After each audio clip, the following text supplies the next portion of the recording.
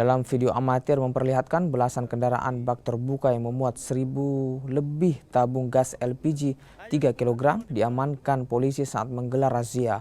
Polisi juga menahan sejumlah kendaraan yang diduga akan menyelundupkan 200 atau hampir 300 jerigen berisi BBM jenis Pertalite serta 7 jerigen berisi solar.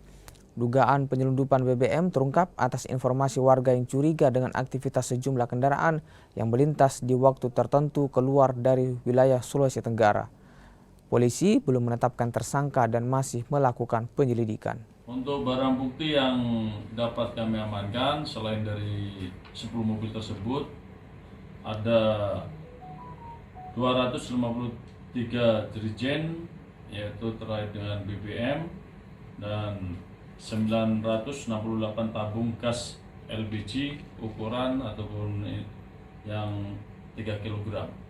Tersangka saat ini masih dilakukan pendalaman dan pengambilan keterangan oleh Satreskrim.